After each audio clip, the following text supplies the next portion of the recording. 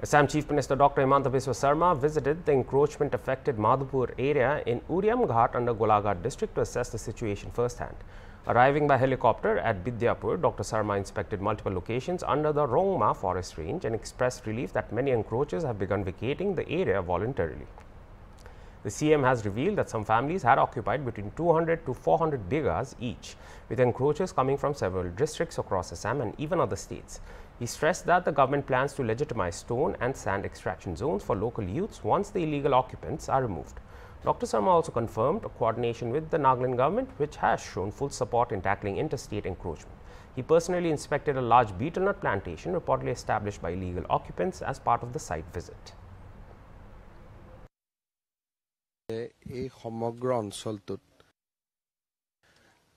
হাজাৰ হাজাৰ বিঘা মাটি খুব কম সংখ্যক পৰিয়ালে দখল কৰি বেসিক্যালি এখন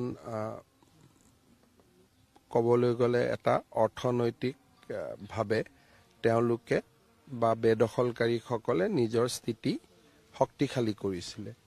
ইয়াতে এটা বস্তু দেখা যায় যে কোনোবা মানুহৰ মাটি নাই কাৰণে ইয়াত অহা নাই, কাৰণ তেওঁলোকে সাধাৰণতে আমি ভূমিহীন মানুহক 3 বিঘা মাটি দিও, 2 বিঘা মাটি দিও, কিন্তু ইয়াত একো গৰাকী পৰিয়ালে 300 বিঘা, 400 বিঘা, 200 বিঘা এই ধৰণে ভূমি তেখেতসকলে অধিগ্ৰহণ বা তেওঁলোকৰ দখলত ৰাখিছিল।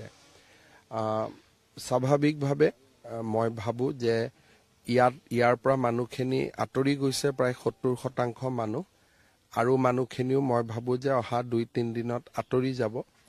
তাৰ পিছত জিলা প্ৰশাসন আৰু ফৰেষ্ট ডিপাৰ্টমেণ্টে ইয়াতে বিভিন্ন ধৰণৰ অৰ্থনৈতিক কাম কৰিব পাৰিব।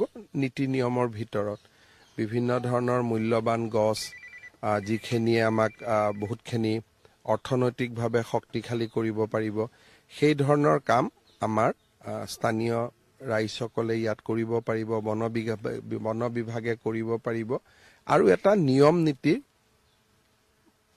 পৰিসীমাৰ মাজত থাকি কামবিলাক কৰিব পাৰিব। আমাৰ সৰুপথাৰ সমষ্টিত উচ্ছেদ অভিযান হোৱাৰ পিছত গোলাঘাটতো কিছু কাম কৰিবলগীয়া আছে, আৰু এই ধৰণে আমাৰ এখন দীঘলীয়া তালিকা আছে। কিন্তু প্ৰত্যেকটো কাম কৰাৰ আগতে আইন আদালত সকলোখিনি পৰীক্ষা কৰিব লাগে। গতিকে আমাৰ চেষ্টা থাকিব এটাকৈ যাতে আমি কামবোৰ সুকালু মানে খুব সুচিন্তিতভাৱে আমি কৰি গৈ থাকিব পাৰো। আবেগিকভাৱে যদি ইয়াতো আহক তাতো আহক বুলি গৈ থাকো, কোনবা দিনা কোৰ্টে কৈ দিব যে আপোনালোক কতো যাব নোৱাৰে।